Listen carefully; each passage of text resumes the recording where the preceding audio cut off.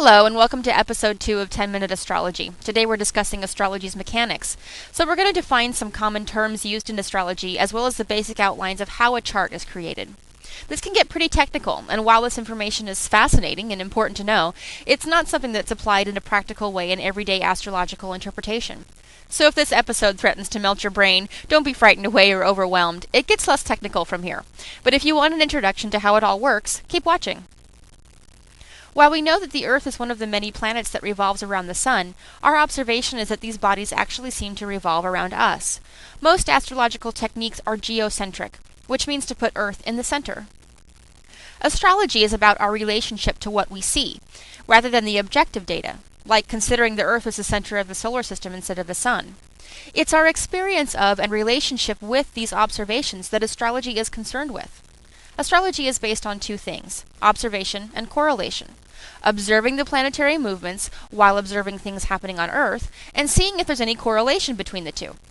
Astrology subscribes to the idea of macrocosm and microcosm, where smaller patterns are representations in themselves of larger patterns, such as the contained system of a human life can be a representation of the larger cycle of things, like a divine order of the universe. The ancient and well-known phrase, "as above, so below," is an expression of this idea. Now let's talk about the signs. The circumference of a circle is measured in 360 degrees. If we could see the entirety of the sky all at once, including below our current location on Earth and all sides, we would call it a circle. There are 12 signs, and each of them is contained in a 30-degree section of sky designated to belong to them. And they form a circle around the Earth, called the zodiac, which means wheel of life, or sometimes called circle of animals. Now the planets appear to move around the Earth, traveling through these signs. For purposes of convenience, the Sun and Moon are also called planets. When people think of the signs, they typically think of constellations associated with those signs, like Cancer and the constellation of the Crab. However, the signs and constellations are not the same thing. Hang on to your seats, because this can get complicated. The astrological methods described in this series are based on tropical astrology, sometimes referred to as Western astrology. Tropical astrology is based on the tropical or solar year, which means that the year is defined by the length of time that the Sun takes to return to its same position in its cycle of seasons: spring, summer, fall, and winter. Now, I'm sure you've noticed that the Sun seems to rise and set at a different place throughout the year, sometimes reaching high into the sky before setting, and sometimes never getting very high at all. The amount of sunlight we get in a day also varies throughout the year.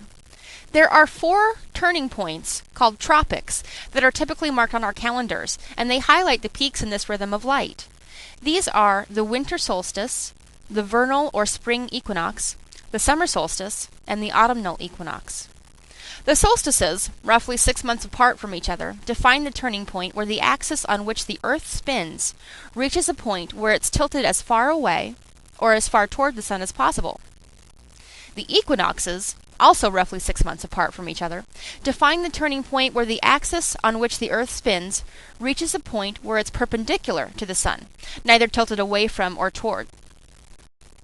So what does this have to do with astrology?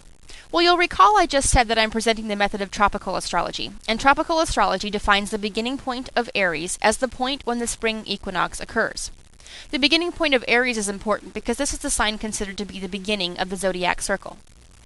The beginning point of Cancer corresponds with the summer solstice, the beginning point of Libra corresponds with the autumnal equinox, and the beginning point of Capricorn corresponds with the winter solstice. Now, as you can see, the point at which each of these events occur varies slightly within a small range of days each year. So, for example, the Sun rises against the backdrop of the sky while in the sign of Aries, when the vernal equinox occurs. So back to this idea of the signs and the constellations not being the same thing. When astrology was being developed and the beginning point of Aries was established, the Sun rose into the part of the sky that contained the constellation of Aries, the Ram. The sign of Aries and the constellation of Aries were essentially the same thing. They marked the same point. However, due to a phenomenon called the precession of the equinoxes, the Sun's rise into the constellation of Aries no longer corresponds with the moment of the vernal equinox. So 2 basic systems of astrology split off from each other when this fact was realized. One was tropical astrology, based on the tropical year, which continued to mark the first point of Aries as connected to the Sun's movement through the seasons, relative to us on Earth.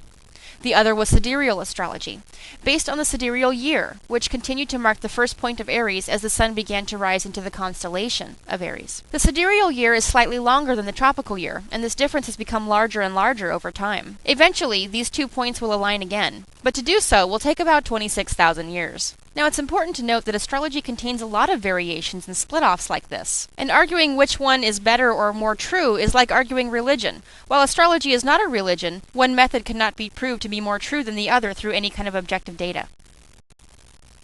Let's discuss the houses. Like the signs, the houses are divisions of space. However, they are connected to the cycle of an Earth day, whereas the signs are connected to the idea of an Earth year. Again, we go back to the idea of astrology being about what we personally observe, rather than the objective data. For instance, we all know the Earth is roughly a round ball orbiting the Sun in space, but our visual experience of Earth, being on it, is that it's flat, and we watch objects move around our sky, sometimes above us, sometimes rising over the horizon and setting into the ground, below our sight. That all occurs because the Earth is spinning, but to us, it looks like everything around us is moving. Let's take a look at 2 terms, the horizon and the meridian. The horizon is the apparent flat line where the Earth ends and the sky begins. The meridian, not something we can actually see like the apparent horizon, is an imaginary line that runs vertically, dividing the sky and Earth in half.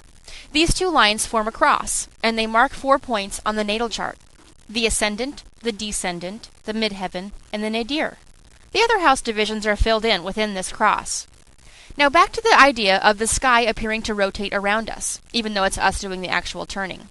As the sky, and the signs and planets, move around us, they pass from below us, up over the horizon, and into the sky. They do this in a continual motion, roughly once every 24 hours. So signs appear to rise and set in succession as our Earth day progresses, and if any planets are hanging out in those signs, they rise and set along with them. Notice the ascendant is marked at the horizon. The ascendant is the sign that is rising at any given time, and it's called the ascendant because it ascends over the horizon. Easy, right? Now remember, the horizon is the edge of the Earth, the separation of Earth and sky, and that's going to be different depending on where you are on the planet. So let's say you're here on the Earth, and apparently you're a giant. The horizon is here, where Earth ends and the sky begins, according to your view and location. So if we look at where the signs are right now, Aquarius would be rising. However, at the same moment, in a different location on Earth, Taurus is rising. So it's key to remember that all the houses are entirely based on your actual physical location on Earth, and the time at which you happen to be observing the sky. This is a vast subject and one that can only be covered in brief here. The credits in this episode will have further reading suggestions to deepen your understanding. Join me next time for episode 3 when we'll talk about the actual interpretation of the components. Till then, keep looking up!